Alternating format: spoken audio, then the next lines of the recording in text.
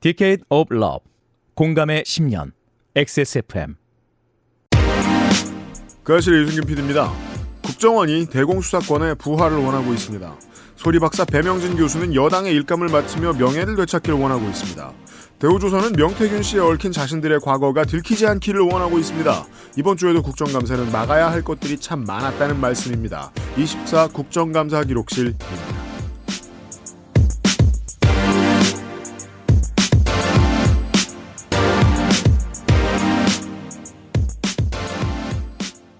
안녕하세요. 보좌관이고요. 위원장입니다. 간사 1입니다. 네, 간사 2 가해자들의 친구 벨빅입니다. 갇힌 이거 뭐라고 그랬지? 가간벨. 그것도 언급해 주시면 안 돼요? 베이비 그게 뭐냐면요. 누가 그러셨더라? 어떤 댓글이었나요? 유튜브 네. 댓글이었는데요. 네, 베이빅을 베이비 클럽장이라 그래가지고. 장 아니고 짱. 네, 베이비 클럽장이라 그래가지고. 네. 근데 저는 그 댓글에 상처받은 게 있었어요. 갑자기 릴 베이비가 됐어요. 우리 베이비 제 이름이 그 댓글에는 없더라고요. 존재조차 활용 점정. 최고였어. 네. 벨빅 간사고요. 네. 가감하고요. 저희는 지금 가감 플러스 마이너스 제로. 미국 이게 어휘를 분명히 해야 되는데 미국 총선. 네.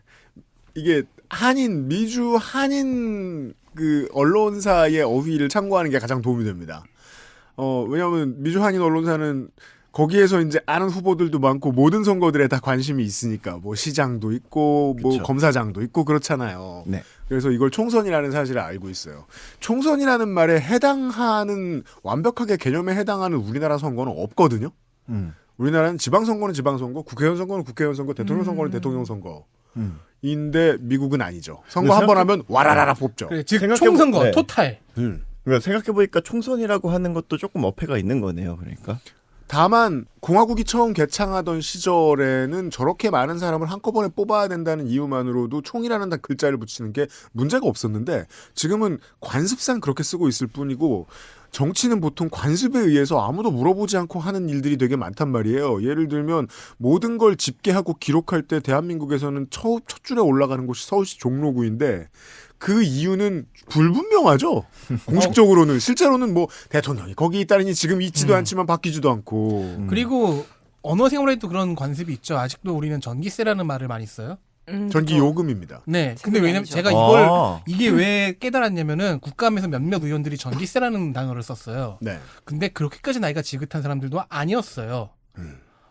이거는 프로 정치인들도 자유롭지 않구나 싶었거든요. 아니 뭐 저도 전기세라고 하는데요. 뭐 네. 미국인 맞아. 미국인이셔서.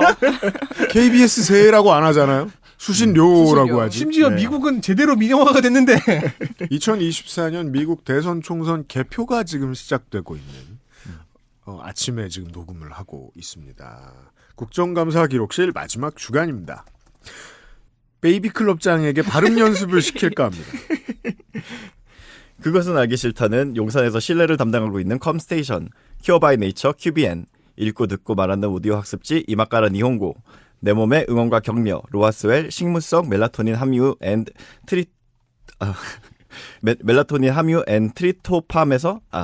트리토팜에서 도와주고 있습니다. 네, 보통 이 정도 틀려요.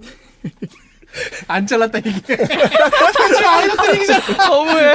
신제품이 들어왔습니다. 주로 어떤 업무를 하십니까? 쓰시는 소프트웨어는 무엇입니까? 컴스테이션에 알려주십시오. 주식회사 컴스테이션. 햇살을 받으며 꼭 산책을 하세요. 늦게 자더라도 일정한 시간에 일어나세요. 잠들기 1시간 전부턴 스마트폰을 내려두세요. 그래도 부족하면 로하스웰 식물성 멜라토닌 함유엔 트립토판. 로하스웰 식물성 멜라토닌 함유 앤 트리토팜. 야심차게 준비해온 로하스웰의 신제품 그 첫 번째입니다. 식물성 멜라토닌 함유 앤 트리토판. 자, 멜라토닌에 대해서는 여기저기서 들어보신 바 있을 겁니다. 그죠. 토마토 50만 개에서 단 1kg만 추출되는 귀한 식물성 멜라토닌을 사용했습니다. 동종 제품 최고 수준의 한 정당 2mg의 멜라토닌을 집어넣었어요. 게다가 멜라토닌과 세로토닌 생성을 촉진시킨다는 트립토판, 멜라토닌 합성을 촉진하는 마그네슘까지. 그러니까 만들기만 하고 때려 넣기만 해서는 부족하다. 이게 그 합성도 해줘야 된다. 햇빛 바다에 나오는 그거 그렇죠. 그 호르몬이죠. 이 세 가지의 주원료는 함께 먹어야 제맛이라 합니다. 제 생각엔 제효능이라고 하는 게 맞겠지만 제맛일 겁니다. 네. 모든 이가 다 국감 방송을 준비하는 것은 아니기에 어떤 이는 지쳐 쓰러지는 것에 익숙하지 않을 수도 있습니다. 게다가 저는 요즘 갓난 고양이를 임보하고 있어요. 그렇습니다. 가장의 무게. 죽겠어요. 밤에 쉽게 잠들기 어려운 하루를 편안하게 마무리하고 싶은 어떤 사람에겐 필요한 것일 수도 있습니다. 이게 진짜로 수면 장애가 좀 있는 사람들에게는 아침에 멜라토닌 생성이 굉장히 중요합니다. 특히 겨울에는 일조량이 되게 줄어드니까 네. 제가 그게 겨울을 정말 싫어하는 이유 중 하나거든요. 해가 빨리 떨어진다. 그렇다면 이런 것을 만든 로아스웰 언제나 퍼주고 시작을 하죠. 네. 런칭 이벤트 모든 품목 10% 추가 할인. 그러니까 10% 할인율이 아니라 네. 현재 할인하고 있는 것들에 더해서 10% 이고요. 그리고 4+1 증정 늘 하던 거죠. 뭐 이 정도는 물론입니다. 로아스웰에게 우린 더 많은 것을 기대하게 되어 있습니다. 도둑놈 심보죠. 신제품을 만드는데 모든 전력을 쏟은 관계로 새로운 이벤트를 고안하지는 못했나 보다라고 앞으로 한동안 더 그럴 것입니다. 조물주가 적어놓았습니다. 신제품이니까요. 하지만 단연간의 판매 데이터를 지켜볼 때 액세스몰 고객은 저걸 제일 좋아하더라는 결론이 나왔나 봅니다. 감사합니다. 추가 할인과 4+1. 자, 맥주 유머와 혈당을 통해 믿고 먹는 회사가 된 로아스웰의 신제품에 주목해 보십시오. 멜라토닌입니다. 이번에는 식약처에서 어느 정도까지 걸릴지 모르겠어가지고 제가 어디까지 말을 할 수 있을지 모르겠습니다만 저의 일상을 볼 때 꼭 필요한 물건이라 테스트를 하고 있고요. 저도 아직까지 필요해요. 뭐라 말씀드리기 좀 네. 어렵고 쿠팡의 로아스웰 공식 스토어에는 아직 올라와 있지도 않지만 쿠팡의 로아스웰 공식 스토어 한번 가보십시오. 1초 만에 창을 닫게 되실 겁니다. 가격 조건을 확인하시면. 액세스몰에 있습니다. 신제품이 나왔고요.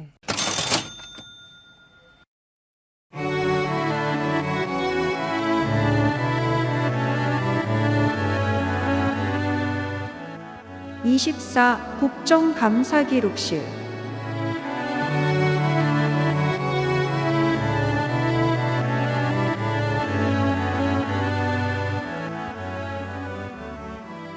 첫 번째 이야기. 종감이라고 말하면 정치면 쪽에만 관심이 있는 언론인들은 이제 국감 끝났다라고 얘기하는데 보통은 그렇게 얘기하는데 올해는 아닙니다. 네. 운영위에서 국감이 시작되었습니다. 그쵸. 이제 시작이죠. 그래도 공식적인 이 국정감사 종감을 앞두고 민주당은 핵폭탄을 떨궜어요. 네. 이게 되게 중요한 문장입니다. 이번 주 정국에 있어서. 원래는 그 핵무기를 다른 사람이 가지고 있었는데 민주당이 탈취했거든요.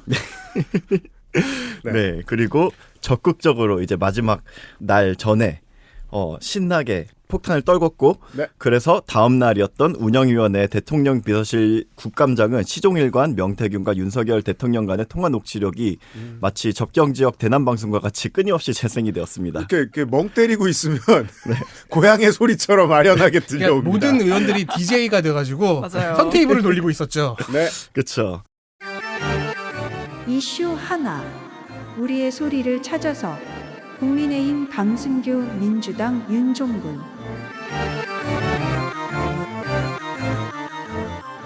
네, 대통령실 관계자들과 국민의힘 의원들은 정말 지켜보기가 안쓰러울 정도로 속수무책이었는데요. 이러려고 하루 전에 터뜨린 거죠. 네, 그래도 청취자분들도 많이 들어보셨겠지만 저희도 한번 다시 듣고 오겠습니다. 좋습니다.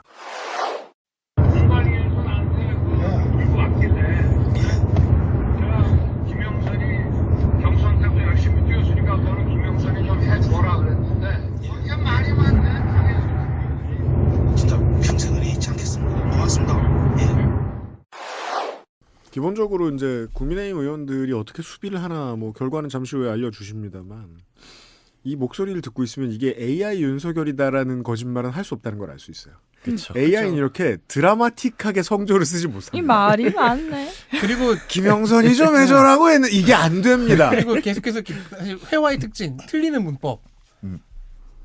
이것까지도 구현하기는 아직은 어설프죠. 그리고 손희상 선생 덕분에 우리가 알게 된 게 있죠. 이 AI가 영혼한 방언 따라하는 것도 버거운데 성저심리 방언 어떻게 합니까? 왕심리 말을. 여담으로 제가 그 챗 GPT의 그 한국말을 이제 쓰게 했거든요. 네. 근데 교포 말투가 나오는 거예요. 교포 발음이 나와가지고 되게 신기했어요. 챗 GPT 내 고향. 아직 한국인 데이터가 많이 안 들어왔구나. 아무튼. 네. 근데 이건 분명해요. 저도 저 배백 간사하고 비슷한 인상을 받았습니다. 국민의힘은 준비되지 않은 상태에서 맞았구나 이걸. 네. 네. 그래서 저 뒤에서 얘기하겠지만 운영위원회 그 증인 채택할 때 네. 야당이 노골적으로 여당을 좀 밀어붙였어요. 그 이유가 여기서 나오는 거겠다. 여당 보기에 너네 증인 신문할 시간 없을 걸? 여당 보기에 야당이 되게 악랄한 베냐민 네타냐후처럼 보이는 거예요. 진짜 그쵸. 아무렇게나 막 때리는구나. 맞아요. 그렇게 네. 막 맞고 있는데 미국의 정신과 의사 엘리자베스 퀴블러 로스라고 있습니다. 갑자기요? 네. 네, 아무튼요. 네, 이분은 우리에게도 굉장히 익숙한 매우 유명한 이론의 창시자인데요. 바로 죽음의 5단계. 아, 그 심슨 짤. 네. 옛날엔 의대생들이나 알았는데 요즘은 네. 다 알죠. 이걸. 그렇죠. 그래서 사람이 죽음을 선고받고 이를 인지하기까지를 5단계를 나눈 건데요. 네. 첫 번째 단계가 뭐죠? 그럴 리 없어. 부정. 네, 바로 부정입니다. 네. 그래서 국민의힘 강승기 의원은 이 공포스러운 실체 앞에 부정을 택합니다. 네, 이 녹취록은 조작되었다. 그리고 옛날에 그 네. 한나라당 대선 경선 때 그런 짤이 있었어요. BBK에 대한 의혹을 이명박 당시 후보에게 다 물어보는데 이거 아니다 저거 아니다 저거 아니다 그러다가 막판에 이명박이 뭐라고 말하면서 끝나는 줄 알아요? 사실 나 이명박 아니다. 아, 뒤 지퍼를 내리면서 갑자기. 근데 모든 음모는 다 그럴듯한 유사 과학의 힘을 빌리잖아요. 그렇죠. 우린 지금 평평한 지구 위에 서 있잖아요. 네.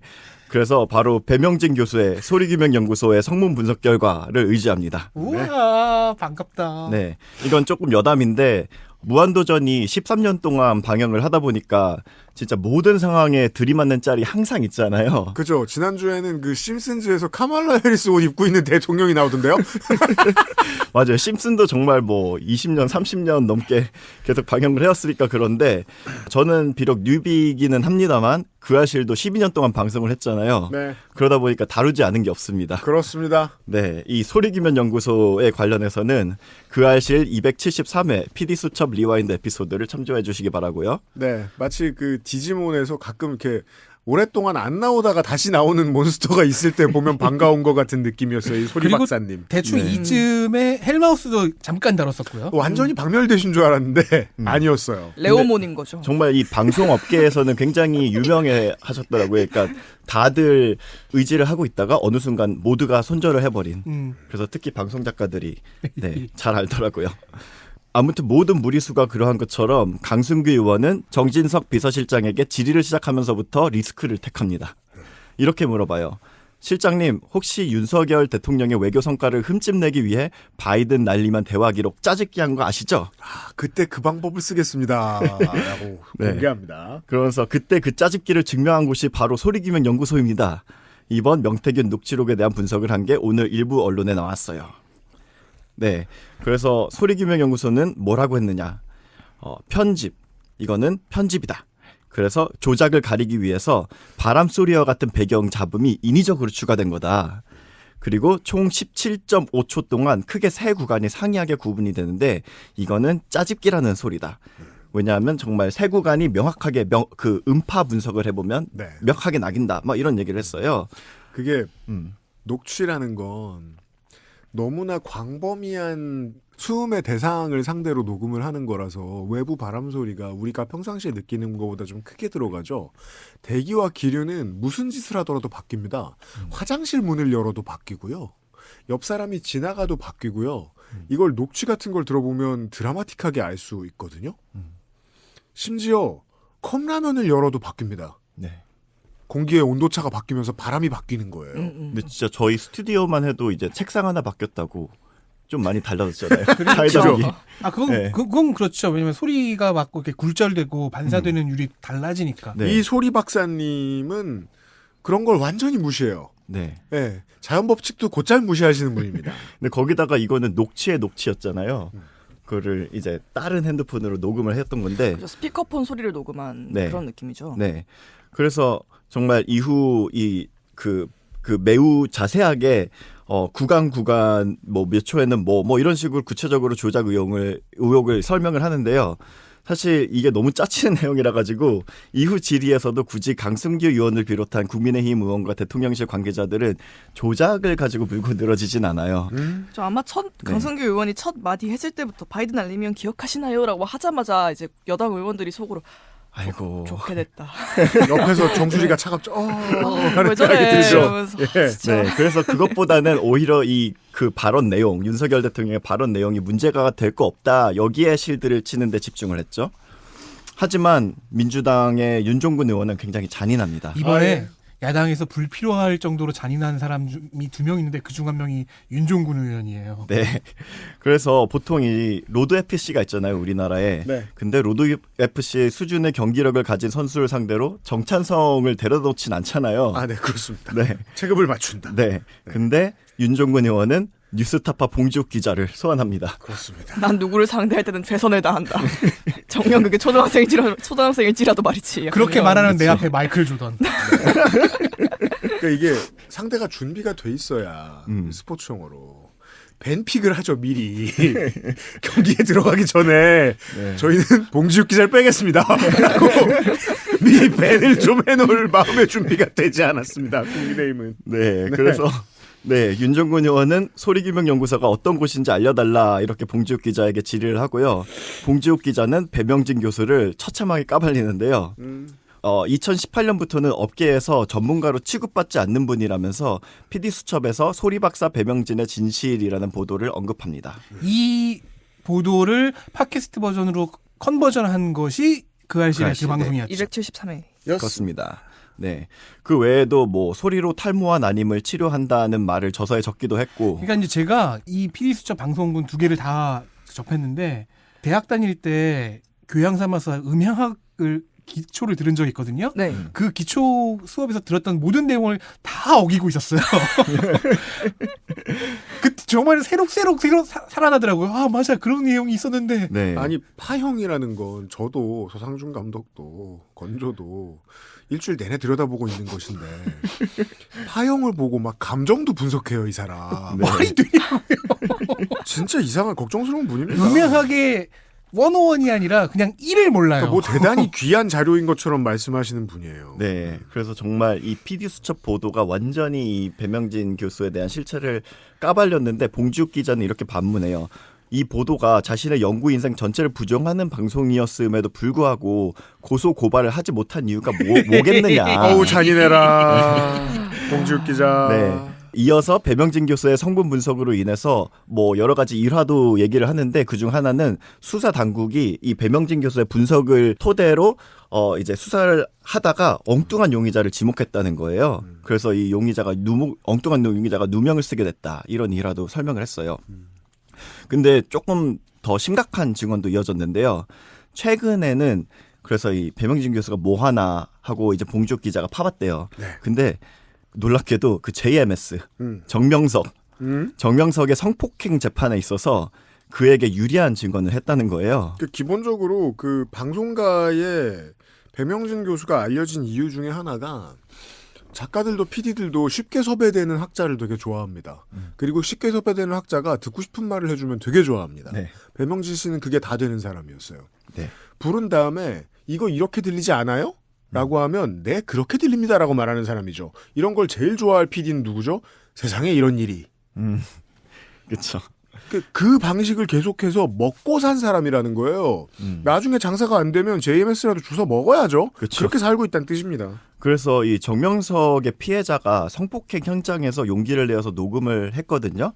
그래서 수사기관에다가 제출을 하고 법원에서는 이거를 증거로서 인정을 했는데 배명진 교수는 이 녹음 파일이 조작 편집되었다고 증언을 했다고 합니다. 이 바람 소리 바라 같은 소리를 했을 거란 얘기입니다. 네. 그래서 종합을 해보자면 배명진 교수와 소리규명연구소는 첫 번째로 바이든 날리면 보도를 조작이라고 했고요. 두 번째는 정명석 피해자의 녹취도 조작이라고 했고요. 세 번째, 최근에는 윤석열 명태균 녹취록도 조작이라고 했네요. 그렇습니다. 알려주는 곳에, 그러니까 자신한테 발주를 준 곳이 듣고 싶은 얘기를 할 거란 뜻입니다. 네.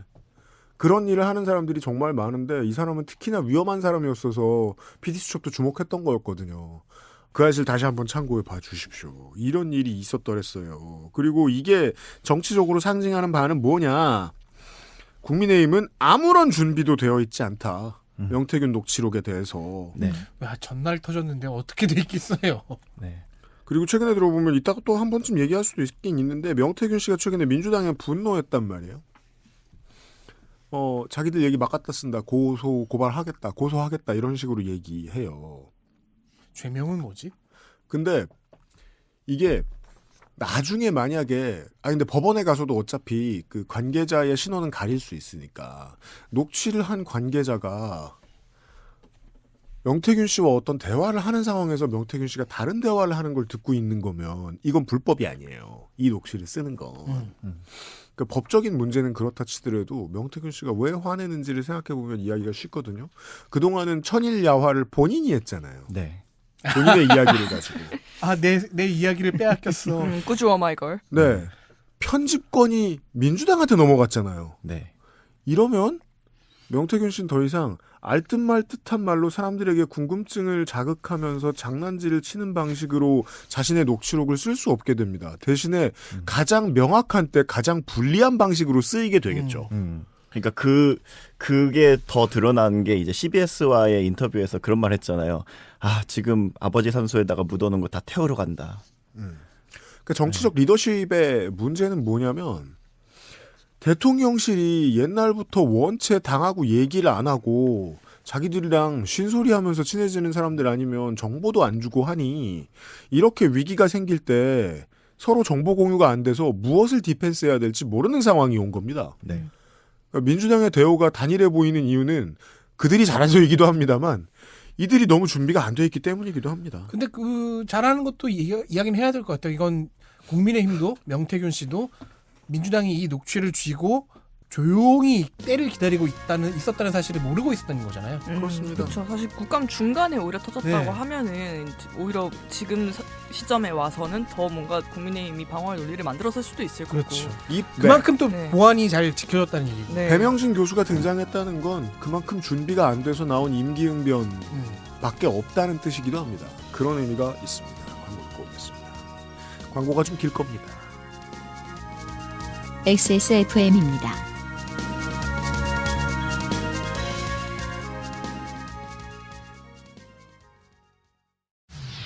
인체 적용 시험을 마친 프리미엄 원료 MSM.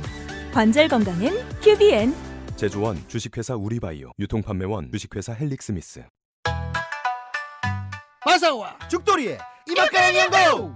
월 5,900원에 말하고 읽고 쓰는 경험을 한꺼번에 하는 오디오 학습지 이맛가랑 니혼고. 짧은 시간 안에 日本語の実力が発展し玄関書籍にデマをつけましたらそれを読んだ作家が涙を流したと聞きました 월 5,900원에 유명 유튜브 수업을 뛰어넘는 퀄리티 읽는 교재와 함께하는 잊을 수 없는 찌꼬미로 당신의 일본어 실력을 높여드립니다. 팟빵 오디오 매거진 이맛가랑 연구! 지금 가입하세요.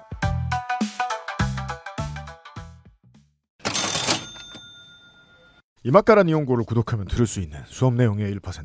이맛가란 이용고 마지막 수업입니다. 새 총리가 하는 말이 하나 있습니다.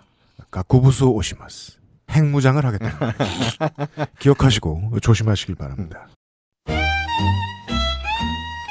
일본 가는 재미 중에 하나로 음식이 있잖아? 근데 그냥 맛있다, 별로다, 뭐 토할 뻔했다 그냥 그러고 돌아오는 것도 좋지만 음식의 기원이나 음식 이름의 유래를 알고 먹으면 감동이나 실망도 10배, 100배 되지 않겠어? 그럼 그래서 일본어를 공부하면서 일본의 문화나 역사 등도 접할 수 있으면 더 좋지. 예를 들어서 돈가스나 함박스테이크처럼 일본인들이 미친 듯이 좋아하는 음식은 실은 일본인이 먹기 시작한 지 얼마 안 된 거야. 진짜? 돈가스는 전통 일본 요리 아니야?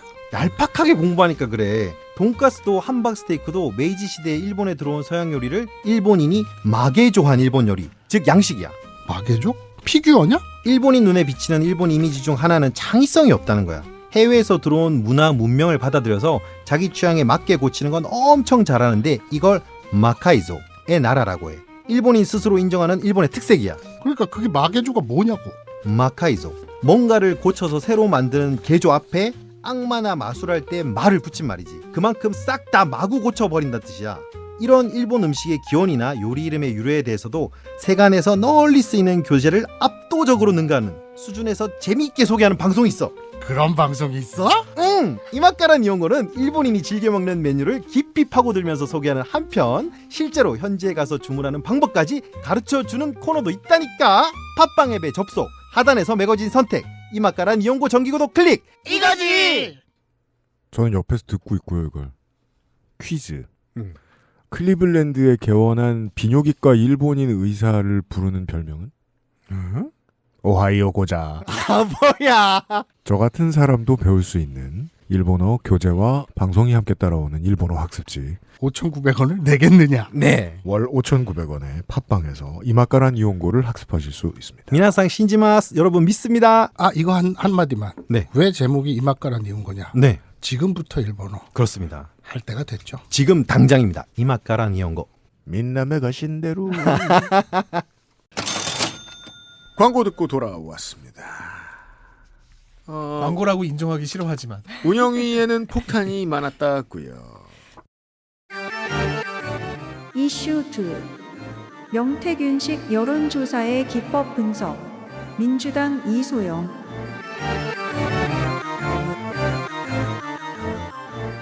여론조사 전화 오자마자 끊으시는 분들이 보통 많잖아요. 저요. 저는 그래도 다 요즘은 응답해요. 재밌어서 점점 네. 참여하죠. 아, 저는 그래서 늘 기다리고 있거든요. 여론조사 전화가 저에게 오기를. 근데 늘 실손 보험 어쩌고밖에 안 와요. 저는 받아서 몇 번 참여를 하려고 해봤어요. 근데 네. 나이와 성별을 입력하면 죄송합니다 대상이 아닙니다. 왜냐하면 40대 남성은 겁나 열심히 참여하거든요. 수도권에 아, 있는. 충분히 있어라며. 그래서 다른 40대 남성들을 욕하게 되잖아. 아니 괜찮아요. 저도 실손보험 전화 100번 받고 그래요? 서베이 처음 받았어요. 아, 그럼 앞으로도 계속 어쩔 수 받아야겠네요. 없어요. 네. 아무튼 전화를 안 받으시는 분들은 체감하지 못하실 수도 있겠지만 여론조사가 선거에 미치는 영향은 생각보다 강력합니다. 밴드 웨건 효과를 만드니까요. 네, 지난 대선에서 윤석열 대통령이 유력 후보로 치고 올라간 배경에도 여론조사가 있죠. 네. 그 유명한 세계일보와 13명의 후보들. 2020년입니다. 네가 나를 3번 부정할 것이다. 그래서 세계일보인가? 알리바바와 도적들 같은. 야 그럼 세계일보잖아. 세계일보. 당시 검찰총장이던 윤석열을 포함해서 13명의 대선 후보를 추리고 선호도 조사를 실시를 했었어요. 근데 여기서 윤석열 후보가 당시 후보도 아니었죠. 네. 당시 검찰총장이 2위를 했죠. 그러면서 대권 주자로 급부상을 했습니다. 네. 그 당시부터도 언론인들이 이상해했어요. 이 사람 왜 넣냐 지금. 그렇죠. 대통령 본인이 직접 나는 이 조사 없었으면 지금의 나는 없었을 거다 이렇게 말을 했을 정도인데요. 이건 당선 초기부터 알려져 있던 사실입니다. 네, 같은 시기에 민와일 명태균의 미래한국연구소는 무엇을 했느냐. 이때 P&R 여론조사도 이름을 날리고 있었습니다. 미래한국연구소가 의뢰한 여론조사. 아, 네, 그렇죠. 네, 제가 이번 일과 관련해서 정말 이상한 게 많아서 그리고 늘 짜친 게 많았기 때문에 뭐가 짜치다고 생각도 안 했는데 네. 갑자기 부지불식간에 훅 들어와서 야 저건 너무 짜치다 하고 되게 온몸에 닭살이 돋았던 순간이 명태균 씨가 미래한국연구소를 배경으로 찍은 사진이었어요. 명태균 씨 뒤에 미래한국연구소 써 있고 MKRI 이렇게 써 있거든요. 미래 코리아 리서치 인스티튜트. 네. 저건 항마력 이상으로 짜치다. 깜짝 놀랐던 기억이 있습니다. 아무튼 P&R 여론조사가 그겁니다. 네. 조선일보에서 이 기관의 여론조사를 여러 차례 언급을 했었어요, 당시에. 그 중에는 이런 기사도 있었습니다. 윤석열 1위 여론조사 돌연 중단. 여 지지자 항의 전화 쏟아졌다. 여기서 여당은 민주당이죠. 네. 21년 7월의 기사인데요. 이 내용은 윤석열 캠프에서 발표를 했던 거예요. 제가 읽을게요. 네. 지난 4월부터 매주 대통령 선거 후보들 지지율을 발표해온 한 여론조사가 이번 주에 아무런 예고 없이 갑자기 중단됐다. 다른 조사에 비해 윤석열 전 검찰총장 지지율이 늘 높게 나오던 조사였다. 발주처와 조사 업체에는 민주당 지지자 등의 항의 전화가 쏟아진 것으로 알려졌다. 여론조사 업체에서 10년 이상 일한 한 관계자는 이번 P&R 여론조사 중단에 대해 민주당 극성 지지층의 승리라고 했다. 이 관계자가 누굴까요? PNR 측은 타사 여론조사 결과와의 간극에 대해 ARS와 전화면접 조사 방법의 차이일 뿐이라고 설명했다. 자, 위원장이 읽어드린 이 기사는 조선일보의 기사고 조선일보의 논조를 통해서 다시 한번 세상을 바라볼 필요가 있습니다. 이 여론조사가 이제 어떤 부정한 방법으로 만들어졌는지 온 세상이 다 알잖아요. 24년에는요. 네, 그 당시에 항의를 했다거나 혹은 이 항의했다고 말하는 사람들 중에는 궁금해서 물어본 언론인도 있었을걸요. 그죠. 왜 조선일보는 그들을 민주당 극성 지지층이라고 퉁치고 지나가죠. 문바와 명바들이 제가 늘 설명드리는 이 강성당원을 강성당원이라고 부르고 싶어하는 심리가 여기에서 드러납니다. 그렇게 불러서 디테일하게 사건을 파헤치는 일을 중단하게 만듭니다. 네. 그 호명이. 그죠. 그래서 제가 이 기사를 이렇게 길게 읽은 이유가 있어요. 지금 말씀해 주신 걸 포함해서 되게 24년도에 돌이켜봤을 때 많은 것을 알려주는 기사거든요. 네. 그렇죠. 여기서 이 여론조사 중단을 결정한 주체는 발주처죠. 기사에서 분석 네. 시간. 발주처는 미래한국연구소 명태균입니다. 두둥. 네, 그럼 기사에서 한 문장 더 볼게요. PNR 관계자는 발주처에서 지난주 이유에 대한 설명 없이 조사 중단을 일방 통보해왔다고 말했다. 그리고 11월에 우리는 발주처의 마음을 돌린 것이 이유 없이 돌린 것이 극성 지지자가 아니라 후불제라는 것을 그렇죠. 더 합리적인 설명으로 여길 수 있게 됐죠. 그렇죠. 미래의 연구인께서 돈을 떼먹으셨는데 그러니까요. 3억을 안 주네? 그거 대신이라고 하는 것도 뭐 세비 반띵? 그죠. 더불어서 미래한국연구소가 여론조사심의위원회로부터 경고 조치를 숱하게 받아왔음도 알고 있습니다. 그렇습니다. 우린 이제 그거 알잖아요. 네, 사유는 편향된 질문지 사용이었죠. 근데 주로 언론에서 이제 이걸 자세하게 설명하는 건 많이 없더라고요. 뭐 얘기하는 거 보통 2% 두고 올려달라 하면은 그만큼 올려줬다 이 정도로 설명이 됐고 네. 저희 방송에서는 동네 20대 6명 중에 뭐 한 명이 윤석열 후보 지지한다고 했다. 그럼 20대 지지율 100%. 네, 그렇죠. 네, 이런 식의 표본 조작을 했다고 설명드린 바가 있어요. 근데 이 수법도 비공표 조사에 한정된 이야기입니다. 대통령실 기분 좋으라고 갖다 바치는 거. 그 용도 말고요. 대통령실이 아니죠. 여기서는 캠프 기분 좋으라고. 그렇죠. 선거에 영향을 직접적으로 미칠 수 있는 건 공표 조사죠. 여기서도 명태균이 여조를 했는데요. 이소영 의원이 이 공표 조사의 질문지를 받아서 명태균의 비법 소스를 파헤쳤습니다. 그렇습니다. 그러니까 이소영 의원이 그 국토위에서는 본인 원래 하던 전공 분야를 파헤쳤는데 본인이 좀 아쉽다고 느꼈나 봐요. 왜냐하면 예전에 비해서 자기 얘기가 헤드라인에 덜 나와서. 그러면 이제 어떡하죠? 9명의 보좌진을 갈아 넣어야죠. 그쵸. 운영이 시작되기 전까지 신박한 거 공부해 오자. 네, 제가 아까 언급한 조선일보 기사도 이소영 의원이 언급한 거예요. 네. 찾아왔어요. 21년 10월 무렵으로 가서요. 그때 가장 핫한 정치권 이슈는 두 개였죠. 대선과 관련해서요. 윤석열의 고발 사주 의혹 그리고 이재명의 대장동 의혹이었습니다. 다른 여론조사들은 모두 두 이슈를 다 언급하는 질문지를 구성을 했어요. 그래야죠. 네. 하지만 PNR 조사는 대장동 의혹에 대한 의견만 물었습니다. 그렇습니다. 윤석열을 스타로 만들어준 그 매체에서 말입니다. 네. 근데 이 둘 중에 무엇을 먼저 물어보느냐에 따라서도 결과가 달라지잖아요. 맞습니다. 여론조사라는 거는. 그런데 한쪽을 아예 언급하지 않았다면은 자연스럽게 다른 조사보다 대장동 의혹에 대한 인식이 더 부정적으로 나오겠죠. 그럼 보수 언론은 그 더 높게 나온 조사 결과를 헤드라인으로 씁니다. 네. 그러면 대장동 의혹이 더 많이 퍼지고. 네. 60몇 %가 부정적으로 그렇게 사이클이 만들어지죠. 계속해서 피드백 돌면서. 그렇죠. 생태계인 거예요. 근데 흥미로운 거는 이렇게 윤석열 후보를 띄우는데 열심이던 PNR이 대선 후보보다 그 배우자의 눈치를 보는 듯한 조사도 실시를 했다는 거예요. 이들은 알고 있었어. 네. 21년 12월에 김건희 여사는 허위 이력 문제로 대국민 사과 후에 활동을 중단을 했었습니다. 그리고 한 달 뒤에 PNR은 여저 기관 중에 처음으로 김건희 여사의 공개 행보가 필요한지를 물어봤어요. 보죠. 근데 이소영 의원이 보면 선택지 구성도 유독 특이해요. 선택지가 yes or no가 아니에요. 공개 행보를 해야 한다. 하면 안 된다가 아니라 Yes or yes. 필요할 때 나서는 정도의 행보는 필요하다. 이런 애매한 질문지를 넣었어요. 세모를 넣은 거예요. 당연히 이게 제일 높게 나오죠. 대부분의 사람들은 잘 모르니까. 네.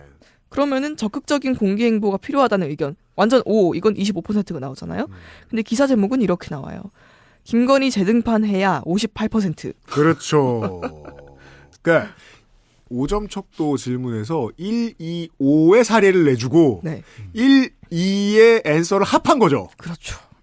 근데 이게 정말 전형적인 점쟁이 스타일의 질문과 해석이잖아요. 그죠. 진짜 재등판하면 너 죽고 나 죽는 거다. 이거 빼고 다 합친 거예요. 그러니까 예를 들어 뭐 이런 식으로 물어볼 수 있는 거 아니에요. 공개 행보가 필요하다는 1번.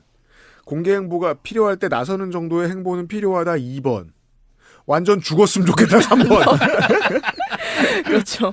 진짜 자세히 뜯어봐야 된다니까요. 맞아요. 네. 그러면은 그 3번을 고른 사람들이 극단적으로 보이게 되는 효과도 나오고. 네. 그럼 일부 민주당 강성 지지층이라고 부르면 돼요. 네. 그 사람들은. 그럼 지금 시점에서는 이것도 넣을 수 있겠죠. 외교와 공식 행사에 나서는 것 정도는 필요하다.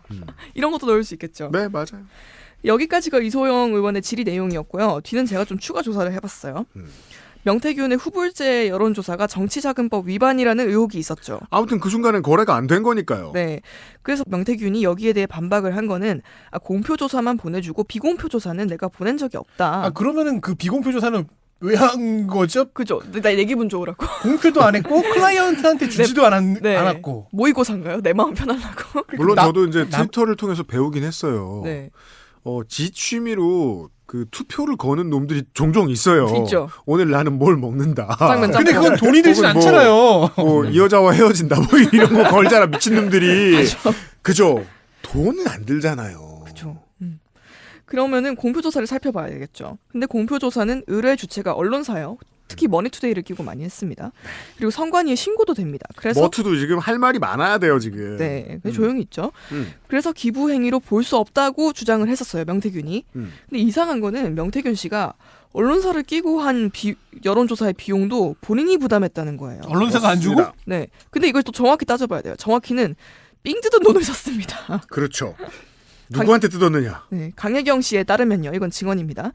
미래한국연구소가 윤 대통령 여론조사에 사용을 한다면서 지선 공천 희망자들로부터 충당한 돈이 한 2억 2,700만 원 정도로 확인이 돼요. 자, 이게 이런 겁니다. 대기업이 남의 돈으로 사업을 공짜로 벤처를 뛰어보는데 하청업체들이 그 돈을 낸 겁니다. 그렇죠. 네. 근데 그러면 이런 거래가 성립이 될 수 있겠죠.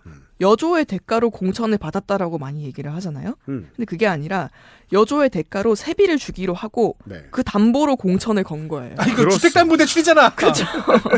복덕방 메타인 거예요. 기도 메타보다는 확실하죠.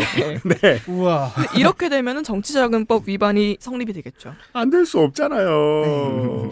근데 하나 더 수상한 거는 이 공표조사를 선관위에서 다 살펴보는데 이런 조사가 어떻게 선관위에서 통과됐지? 이것도 조금 의문이 남기는 해요. 그렇습니다. 네. 여기에서 이제 기왕에 많은 분들이 이 문제에 대해서 관심을 가지게 된 마당에 더 많이 알려지면 좋은 것. 여론조사 업체는 기본적으로 엿장수의 권력을 가진다. 본인이 문장을 마름해서 사람들에게 답을 유도하는 능력을 가질 수밖에 없다. 그걸 알고 최대한 피해야 되고 그리고 우리는 그걸 언제나 보면서 쳐다보면서 견제할 필요가 있다. 이 문제에 대해서는 저희가 지금 국감이 끝나고 다음 주에 신수연 소장하고 다음 주와 다다음 주에 자세히 한번 얘기를 해보도록 하겠습니다. 물론 잘 모르겠다고 하지만 저보다 훨씬 더 어려운 얘기를 해주실 거고요. 그리고 여론조사 여론조사 모델을 보면서 많은 사람들한테 환기가 되었던 문제. 물론 그거라고 뭐 완벽하겠습니까만 여전히 환기 효과는 있었다는 거예요. 보수 언론이 갖다 쓰는 저 여론조사 결과들은 왜 계속 보수한테 유리하게 나오다가 선거 때만 요동치지? 이 문제에 대한 고민을 이제는 언론 전체가 대중 전체가 할 필요가 있는데 그 열쇠 중에 하나를 지금 머투가 쥐고 있다는 거 아닙니까? 머투는 지금 돈을 안 쓰고 안 썼죠. 예, PNR한테 여론조사를 맡긴 거예요. 명태균 어디서 삥 뜯어온 돈과 그리고 지난주 국감에서 밝혀진 바로는 국가의 무슨 R&D 연구를 수행해서 얻은 돈 뭐 이런 것들로 그냥 명태균이 부담한 돈으로 심의의 대상이 되지 않는 기준이 있습니다. 모든 여론조사를 다 심의하기 힘드니까. 그 퀄리파잉은 언론사가 발주를 한 것은 심의 대상이 되지 않습니다. 네. 그러면 여론조사로 돈을 버는 업체들은 아이디어를 떠올릴 수 있죠. 내 여론조사가 좀 겸연쩍은 내용을 담고 있다면 언론사를 끼고 하면 됩니다. 그럼 제가 아까 마지막에 의문이 남는다고 한 부분도 설명이 좀 되는 게 있네요. 바지 사장이 아니라 바지 그런데 언론인. 언론사가 우리의 여론조사 내용을 탐탁치 않아 할 것 같은데 그때는 한국적으로 생각합니다. 공짜로 해준다 그러면 되지 않을까? 그래서 통한 상대가 머니투데이가 아닐까라고 생각해보면 머니투데이에게도 응당 책임이 돌아가요. 바지 의뢰인. 예, 머니투데이에게까지 정치자금법 위반을 걸 수 있는지는 모르겠지만 머니투데이도 이 불법의 1년 사이에 놓여 있습니다. 그리고 생각보다 많은 보수 언론들이 이런 거래 혹시 하는 거 아니야? 라고 의심 못할 게 뭐 있습니까? 네, 뭐 머투만 받아 쓴 거 아니니까요, 이 여론조사. 예, 이소영 의원이 던져놓은 이 아이디어는 이런 질문들로 이어집니다. 제 머릿속에서. 점점 등골이 서늘해지고 있어요. 전 방금 명태균 국정조사로 검색을 해봤어요. 네. 민주당이 명태균 조사단을 출범시키면서 국정조사의 기반을 만들 것이라고 했어요. 좋죠. 네. 머투 화이팅! 아니 국정조사 방송을 하게 생겼다니까. 네 얘기 그 얘기지. 이 소인배 피할 수 없어. 즐겨. 최순실 게이트 때 생각나는 게 확실히 있어요. 우리가 그 얘기했거든요. 이 박근혜 최순실 국정조사가 이름이 점점 길어질 것 같다. 그때 박근혜 최순실 정유라 미르재단 이러면서 이렇게 시장의 가면으로 길어지는 거예요. 지금 김건희 특검이었는데 이채양명주 명태균 특검이 돼가고 있죠. 그때 국조에 가면 그 국정조사 방송할 때 매번 이걸 읽었어요. 박근혜 정부의 최순실 등 민간인에 의한 국정농단 의혹 사건 진상규명을 위한 국정조사. 네, 이름이 좀 더 길어질 겁니다. 명태균 덕분에. 지금부터 일단 이채양 명명주가 되어 있습니다. XSFM입니다.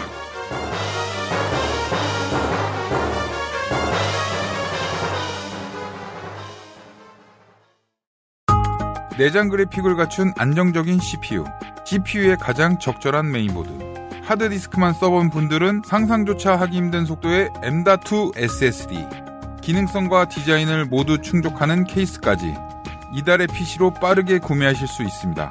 010-8279-5568 원하시는 다른 어떤 사양도 대처할 수 있는 컴스테이션에 문의하셔도 좋습니다. 주식회사 컴스테이션. 응원과 격려가 필요한 조금은 지친 어느 날, 내 삶에 하나를 더한다. 로하스웰. 광고를 듣고 돌아왔습니다. 명선생 이야기예요. 네. 네, 명선생 특집일 수밖에 없었는데요. 네. 왜 운영이 네. 하루가 통째로 여기 들어갔으니까요. 네. 이슈 셋. 명선생의 국정 개입 의혹. 민주당 서미화, 강유정, 혁신당 신장식, 국민의힘 권영진.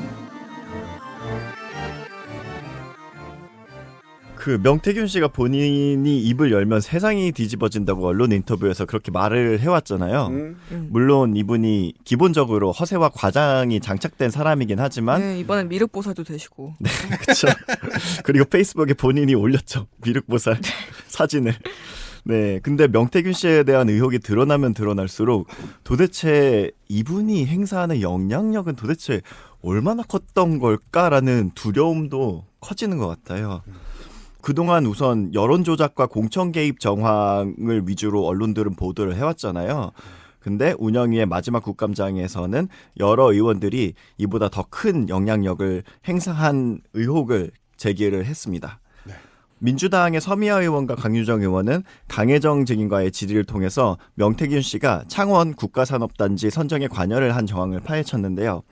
국토교통부의 창원 국가산단 지정은 윤석열 대통령의 대선 공약이기도 했거든요. 네. 2023년 3월 15일에 이게 발표가 되었고요. 하지만 그에 앞선 2022년 11월 이때 창원 국가산단 국토부 현장 실사에 강혜정 증인은 명태균 씨와 김영선 전 의원과 함께 동행을 했다고 증언을 했어요. 국토부 현장 실사인데. 네. 거기 김영선 의원은 왜 가며? 네. 뭐 갈 수도 있겠지. 근데 명태균 씨는 거기 왜 있어? 창원 그렇죠. 사람 자격으로. 강혜경 씨도 그럼 창원 사람이라서 따라간 거군요. 시민.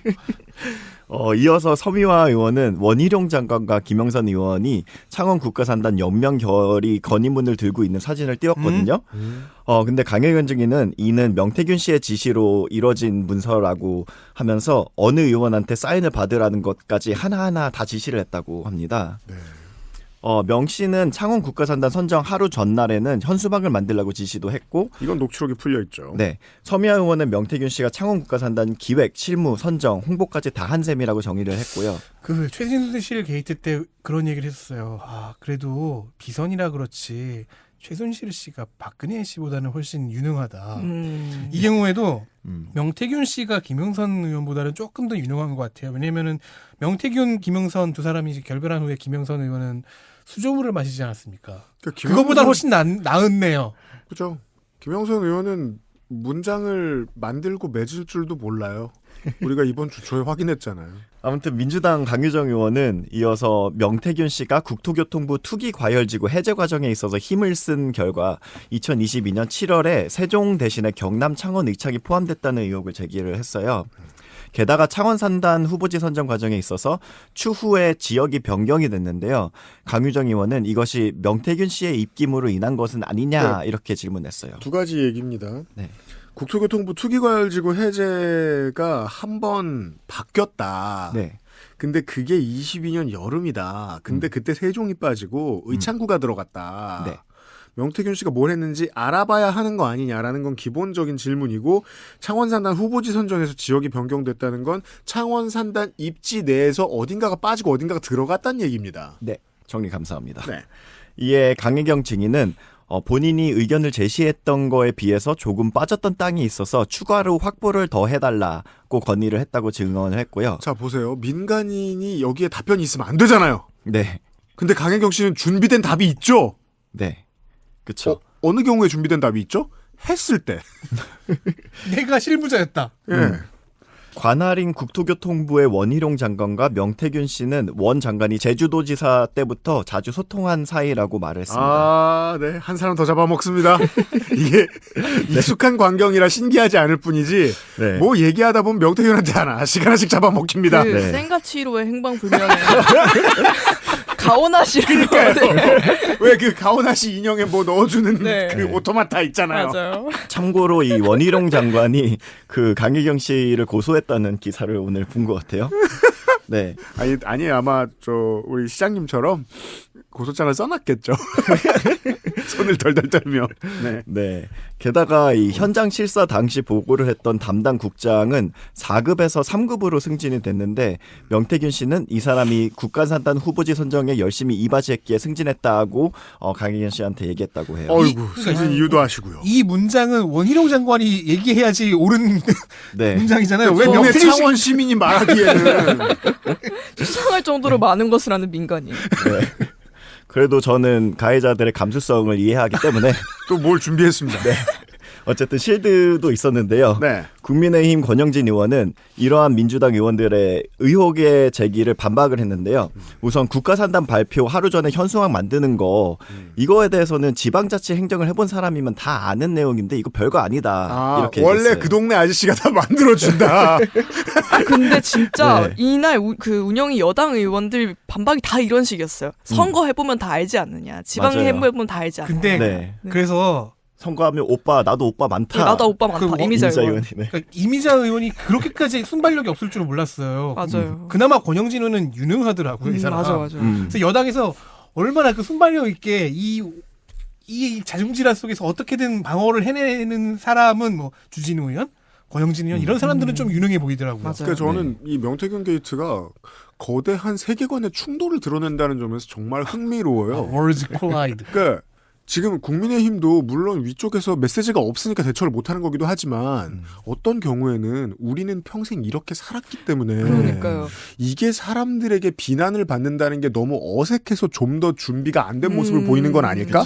그런 게 국감장에서 그죠. 국회의원들의 국민의힘 의원들의 디펜스를 통해서 너무 많이 드러나요. 이거 다 알지 않느냐? 그럼 민주당 의원 친한 사이면 그럴 수 있지 않느냐? 나도 아는 오빠 많다. 라는 얘기는 내 주변에 늘 있던 일인데 너네가 안 그럴 리가 없어. 라는 확신이랄까요? 그렇죠. 그럼 민주당 의원들이 엥? 무슨 소리 하는 거야? 이게 이 마인드가 있어야 저들이 우리와 같은 모습을 볼 때 화가 날 수 있는 겁니다. 네. 마음의 양심에 거리낌이 없이 뭐라고 말하면서 내로남불이라고 말하면서 네. 야 너네 왜 그런 거 해? 우리만 하는 거 아니었어? 라면서 정권을 빼앗길 땐 그런 태도를 가지거든요. 이게 양면의 동전의 양면인 거예요. 네. 그런 느낌이 들어요. 맞아요. 그래서 권영지 의원은 그러니까 3월 15일에 발표를 냈는데 이거는 전날 10시에 결정이 되고 결정이 나면 이 지자체들한테 다 통보를 하는 상황이다. 그래서 특별할 거리 없고 입지가 바뀌는 것 또한 늘 있는 일이고 이번에 국가산단 중에 그 14개가 선정이 됐는데 그중에 5개가 처음 신청했던 입지에서 다 바뀌었다. 이렇게 반박을 이게 했어요. 무슨 일이냐면 산업부와 국토부가 이렇게 결정을 하고 오피셜이 되기 전, 즉 법적으로 이곳이 투기 과열을 진정시켜야만 하는 곳이 되기 전인 24시간이 있잖아요. 그 24시간 동안에 연출받는 모든 사람이 땅 투기가 된다는 소리입니다. 세상을 이렇게 이해하고 있다고 자기가 얘기하는 거예요. 네. 네. 달리 말하면 그렇게 해석이 가능한데요. 근데 이게 그나마 설득력이 있는 논리 중에 그나마. 속하죠. 네. 네. 그리고 이 다른 이슈로 넘어가서 조국혁신당의 신장식 의원은 대우조선 파업 사태 정리와 나아가 대우조선 인수에 있어서도 명태균 씨의 역할을 의심을 했어요. 우선 대우조선 하청 노동자들은 2022년 6월 2일에 파업에 돌입을 했습니다. 그래서 정부에서는 초반에 아무런 노력을 가하지 않았지만 7월 16일 이때 명태균 씨가 대우조선을 방문을 했고 대통령실에 보고를 했다는 기사를 인용을 했어요. 전 사실 이게 제일 충격이었어요. 저도요. 예. 와, 동네 사람 그냥 가. 네. 대통령의 사신으로. 네. 현장 조사 요원. 예. 그래도 저 정도쯤 되는 기업에. 네, 정치 그쵸. 원래 이렇게 하나 봐. 네, 그래서 명 씨가 미리 준비해둔 버스를 타고 파업 현장을 방문을 했고요. 거기서 브리핑을 받습니다. 그리고 다음 날에는 설명 자료까지 이메일로 넘겨를 받았어요. 아니 이 사람이 뭔데 기껏해야 암행어사잖아. 저 딱 그 말 하려고 그랬거든요. 근데 암행어사인데 벼슬은 없는 암행어사 즉 비공인 네. 암행어사. 그리고 셀프 생각해보세요. 암행어사가 브리핑을 받는 건 세상에서 제일 이상한 일이에요. 배트맨도 브리핑을 받진 않을 거예요. 그건 암행이 아니잖아. 그렇지. 지금 암행이 아니잖아. 네. 브로드 어사지. 네. 근데 누구세요? 아 있어. 그래서 명태균 씨가 방문한 건 16일이에요. 7월 16일. 근데 7월 18일부터 갑자기 정부가 빠르게 움직이기 시작해요. 그러면서 공권력 투입과 긴급조정권 발동을 시사를 하고요. 다음 날 윤 대통령은 도어 스태핑에서 국민이나 정부나 다 많이 기다릴 만큼 기다리지 않았냐. 그런 생각을 한다. 이렇게 얘기를 했고요. 또 조선소에 갑자기 헬기가 2대가 떴습니다. 왜냐면 명태균 씨가 배트 시그널을 쐈거든요. 네. 원래대로 가면은요. 회사와 노조가 협상을 하고 그게 잘 이루어지지 않을 것 같아서 경제에 중요한 역할을 하는 큰 단위 노조가 움직일 것 같으면 고용노동부가 나갑니다. 고용노동부의 국장선에서 다시 한번 타협이 들어가겠죠. 네. 여기서 알 수 있습니다. 그런 공식적인 루틴을 패싱한 것이라는 걸 알 수 있고 네. 이거는 제가 알기로 그 민주노총에서 그러니까 이 경남본부에서 파악해낸 거란 말이에요. 대우조선 해양에 들어갔고 회사 임원이 명태균 씨를 안내해줬고 네. 현장 시찰을 도왔고 그러니까 무슨 네. 직책으로 브리핑을 해줬다. 네. 라고요. 그리고 한 6일 뒤에 이 전방위적 압박, 정부의 전방위적 압박으로 인해서 이제 타결이 됩니다. 그리고 나서 폭력 진압을 시도하잖아요. 헬기를 보여주고 병장기를 휘두릅니다. 네. 그러면 이 과정에서 명태균 씨가 무슨 의견을 냈는지 모두가 궁금해할 만한 사안입니다. 그렇죠. 아 너무 많이 해서 가장 시덥지 않아진 이 상황의 코러스는 뭐죠? 이거 하나만으로도 엄청난 스캔들입니다. 그렇습니다. 그렇죠. 동네 아저씨가 네. 대통령의 사신으로 가서 융숭한 대접을 받고 음. 노동 탄압 의견을 냈고 폭력 진압이 시작됐다라면. 네. 이거 하나가 아니었어요. 근데 신장식 의원이 제기한 거는 그죠. 대우조선은 지금 뭐라고 하죠? 그 기사에 쓸 때는 괄호 현 하나오션 괄호. 그렇습니다. 그래서 2023년 이 대우조선이 하나오션에 인수된 부분 또한 의문점이 있다고 지적을 했는데요. 이전에 원래 현대중공업에서 인수 협상을 했거든요. 근데 그때는 약 5조 원 이상의 인수 금액이 거론이 됐었어요. 하지만 하나오션한테 인수될 때는 약 2조 원 정도의 인수가 됐고요. 그런데 공교롭게 명태균 씨가 인터뷰할 때마다 하나오션을 그렇게 언급하는 게 너무 수상하다. 이런 이야기를 했습니다. 그리고 한화오션은 이번 국감에 환노위에 불려가서 금년에만 5명 죽었는데 하면서 신나게 얻어맞았고요. 네, 거의 배민 쿠팡 다음으로 네. 배민 쿠팡 하이브 다음이었죠. 얻어맞는 중간중간에 한희 씨와 셀카도 찍었고요. 이런 얘기였습니다. 아직 열어야 할 문이 엄청나게 많이 남았다는 뜻입니다. 지금 민주노총이 녹음 시점 어제 대우조선 파업 개입 의혹 고발 넣습니다. 네, 고발했다네요. XSFM입니다.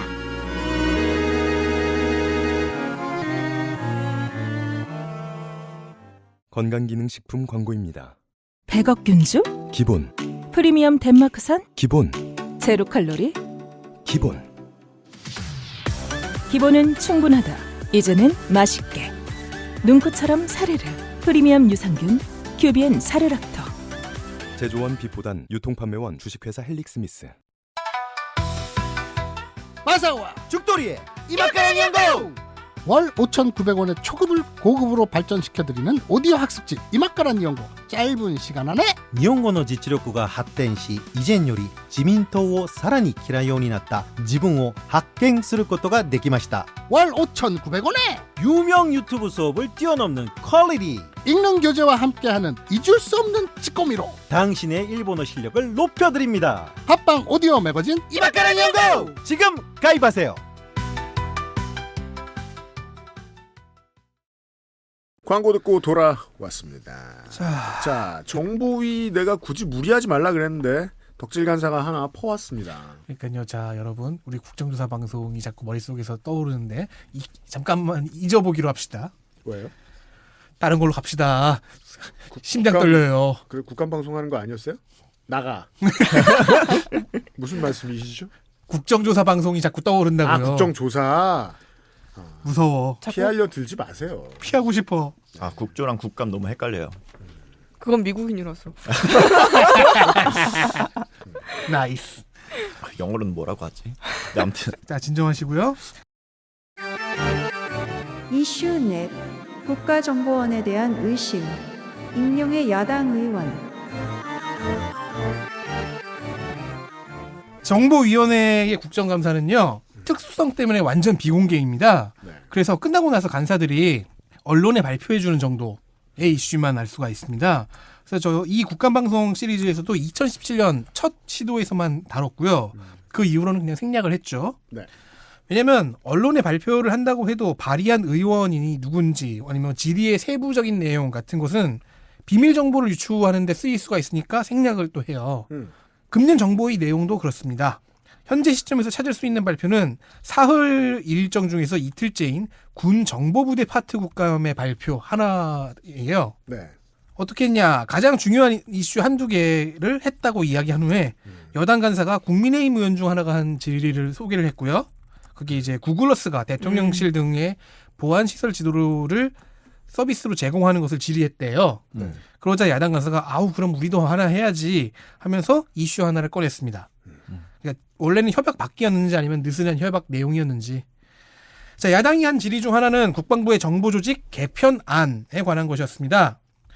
정보부서를 한번 흔들어야 되는 이유가 다들 기억하시나요? 방첩사 직원이 국가기밀 대규모 판매와 이로 인한 해외 정보원 및 요원들이 사실상 전멸하는 사태가 있었죠. 아, 네. 얼마 안 됐죠, 이거. 그 군무원 한 명이. 네. 그러니까 이제 유능한 수많은 정보 요원들이 신병의 위협에 노출되게 되었다.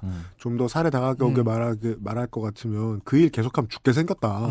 실제로 죽은 사람도 있을 것 같고. 근데 그게 밝혀지면 안 되니까 그조차도 밝혀지면 안 그래서 되니까. 수많은 정보 브랜치가 박살이 났다고 하죠. 네. 지난 7월이었죠. 그래서 후속 조치가 필요하니까요. 그러니까 인텔 능력이 바닥을 뚫고 내려갔다는 뜻입니다. 이 정권 들어와서. 골자는 정보 수사 방첩 기능을 하나로 통합하는 것 같아요. 자, 현재 국군의 정보 부서는 셋입니다. 국방정보본부 아래에 정보사령부와 777 사령부, 그러니까 37 사령부가 있고요. 국방부 직속으로 방첩사령부가 있습니다.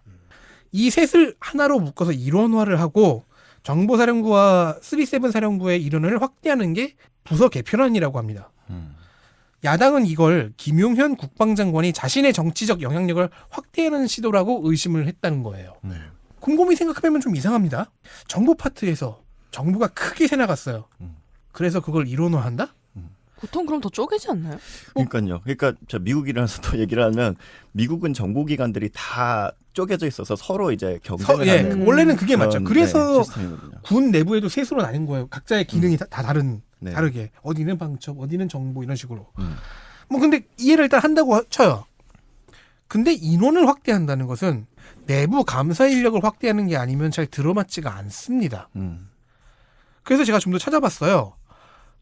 소설을 쓰기 좋은 재료가 하나 보이네요. 정보의 국감 첫날인 국정원 국감에서 조태용 원장이 업무 보고를 하면서 이런 고충을 얘기했답니다.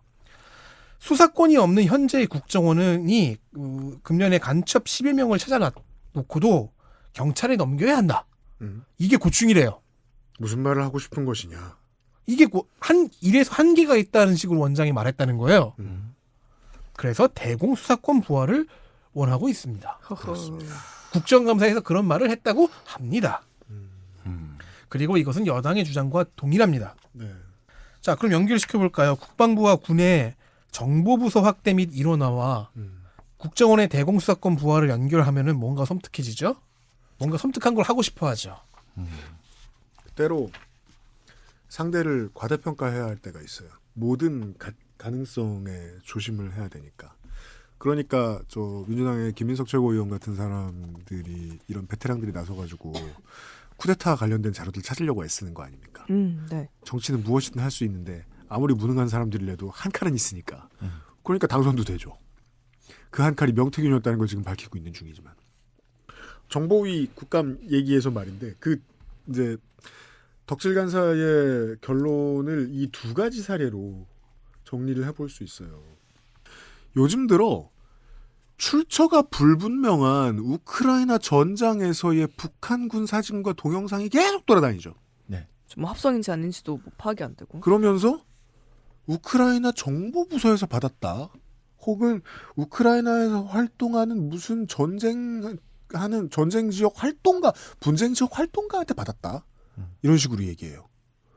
근데 그 자료를 찾아봐서 그 사람 이름을 뒤져봐도 그 사람이 전에 뭘 했는지를 알 수조차 없어요.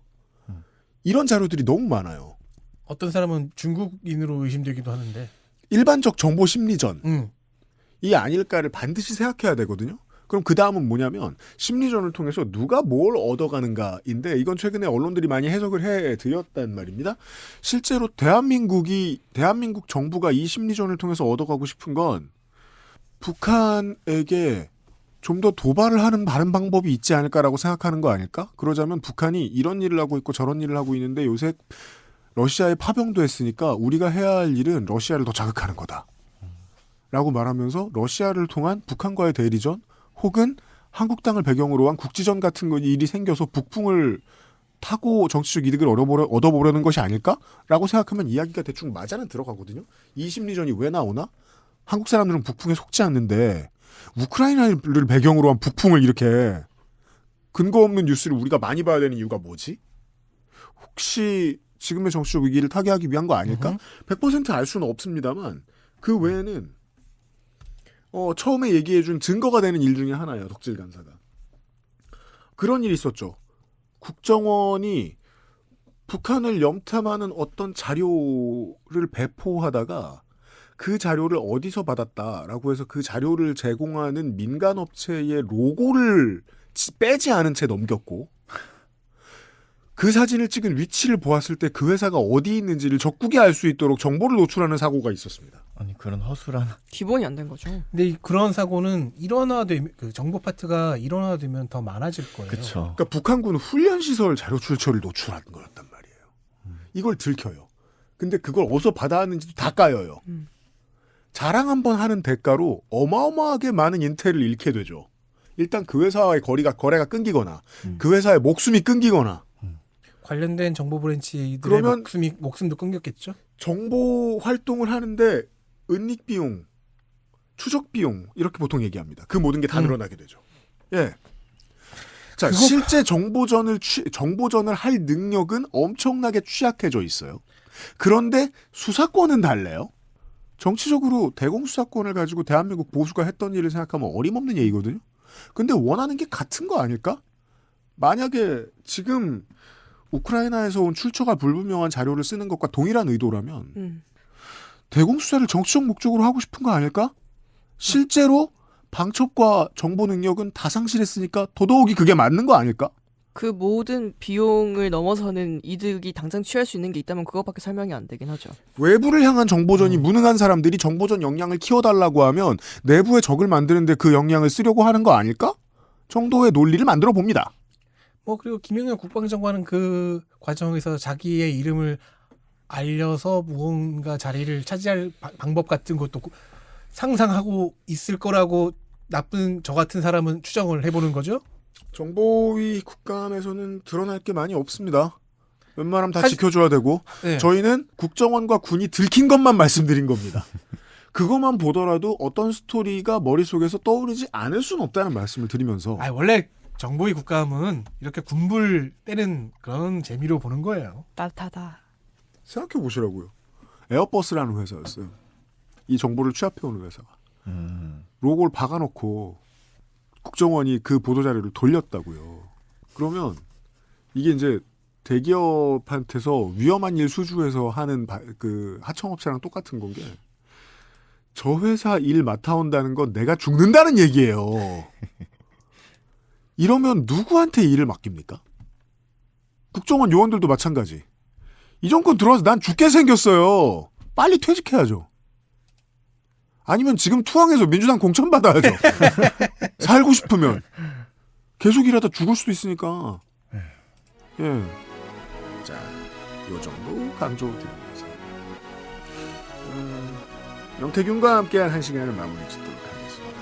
내일 시간에 돌아오죠. 내무노동자 물러갑니다. 감사합니다. 감사합니다. XSFM입니다. I, D, W, K